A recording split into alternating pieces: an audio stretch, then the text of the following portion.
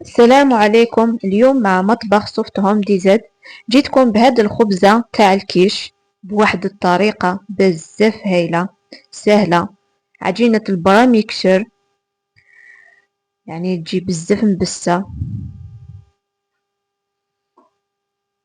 راح تحتاجوا هاد الوصفة في رمضان أكيد ولا مع الصيف.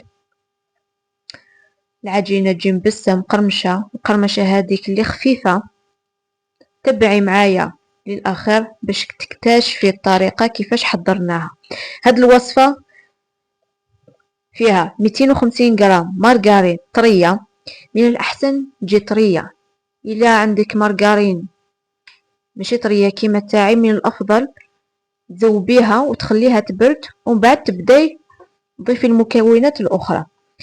هنا نص كاس زيت مع نص كاس حليب دافية أو ماء، تقدري تستبدلي الحليب بالماء.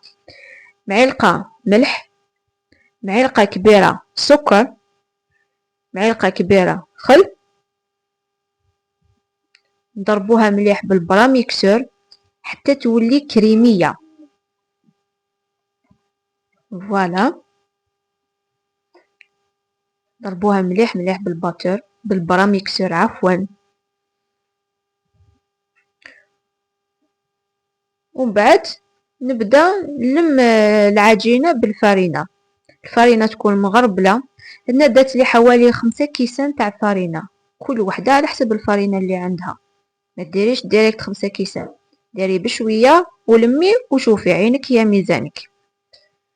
كي تشوفي العجينة تلمت جات طرية طرية نوعا ما كيما عجينة الصابلي.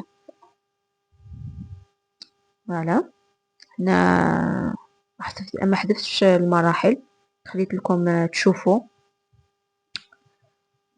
بعد ما نلموها نخلوها ترتاح حوالي نص ساعة. العجينة زكية تخرج لك.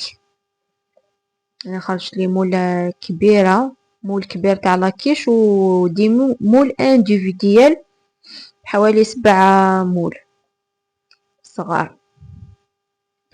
على هنا نغطيوها بكيس بلاستيكي نخلوها ترتاح. لاباراي اكيش نبداو نحضروا فيها. واش فيها؟ في طاس براميكسور نحط 2 بيض، علبة ياغورت طبيعي او بتي سويس كيما حبيتي واش متواجد اكيد. فوالا، وحدة كاري فرماج، الا ما كانش تقدري ديري في بلاصتو فرماج البيدون. نص كاس حليب او كريمة الطهي، ملعقة صغيرة خميرة الحلوى. فوالا، نخلط جيدا بالبراميكسور. فوالا، نخليو لاباراي كيش في الثلاجة.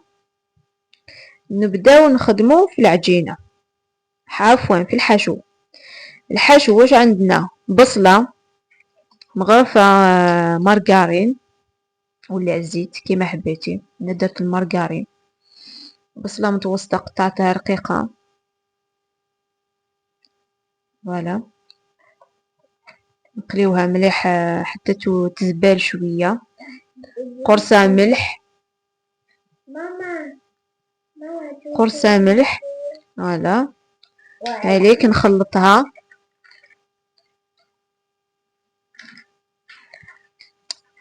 وبعد نضيف لها السلق. السلق هذا قطعته، غسلت الورق قطعتهم، درتهم في ماء سخون سخون رايح يغلي. طفيت عليه النار، درته حتى ذبال وشفتو ذبال شويه طلق روحو. صفيته عصرته مليح من هذاك الماء وضفته للبصله. بعد ما برد لي شويه هذاك الحشو ضفت له الطون. اكيد ما نضيفوش للحشو سخون باسكو الطون يتبدل لو غو تاعو كي يكون سخون. ضفت له هذاك الحشو، خلطته. الطون الا كان عندك طون الويل صفيه وضيفيه. هنا عندي طون طوماط ضفته حسب المتواجد اكيد. فوالا، هنا نبسط العجينه فوق كيس بلاستيكي. الكيس يعاونك في الخدمه. نفتحها على حساب المول اللي عندي. هذاك السطح درت له شويه فارينه ومن بعد عاود قلبت عليه الساشي وبسطتها. فوالا. بعد ما نفتحها بالكيس، الكيس بلاستيكي يعاونكم مليح مليح. بعد ما فتحتها قلبتها داخل المول.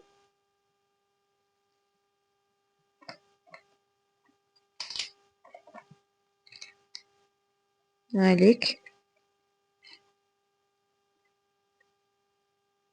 نحي الطرف اللي ما نحتاجهمش، نعاود نديرهم في لي مول فرديين، يعني نجمع العجين ونبسطها ونديرهم في مول انديفيديال. نحي هذاك الزايد كامل، نخرج هذاك الهواء اللي تحت باش ما تتنفخش داخل الفرن. فوالا. نسقموها مليح مليح باطراف الاصابع.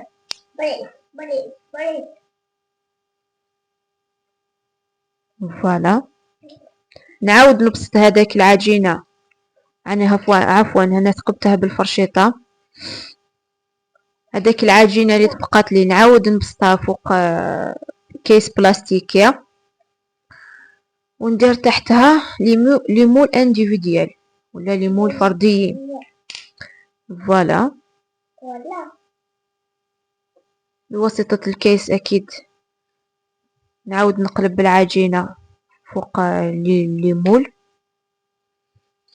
يعني الكيس هنا يساعدكم مليح، ما ديروش الفرينه باش ما تجيش العجينه يابسه، تشرب لكم بزاف الفرينه وتجي يابسه.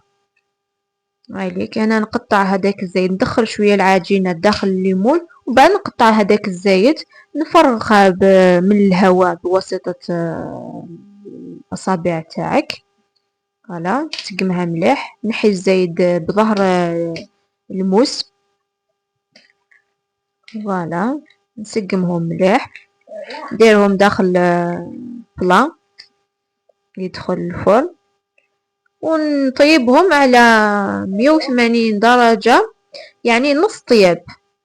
وبعد نفرغ هذاك الحشو داخل المول بعد ما طاب نص طياب، بعد ما خرجته من الفرن نفرغه داخل المول.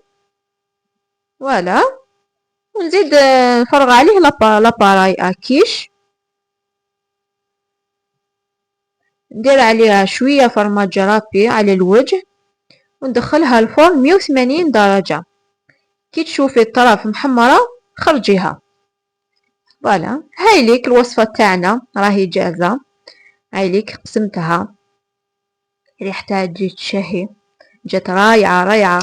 العجينة تجي خفيفة، تجي مبسة مقرمشة، مع كاس تاع جو ولا شوربة ولا سوبة. هايلة هايلة ولا أروع. جربي الوصفة، ابعثولي آراءكم، ادعموني بجيم، وإلى الملتقى إن شاء الله مع وصفة جديدة. سلام.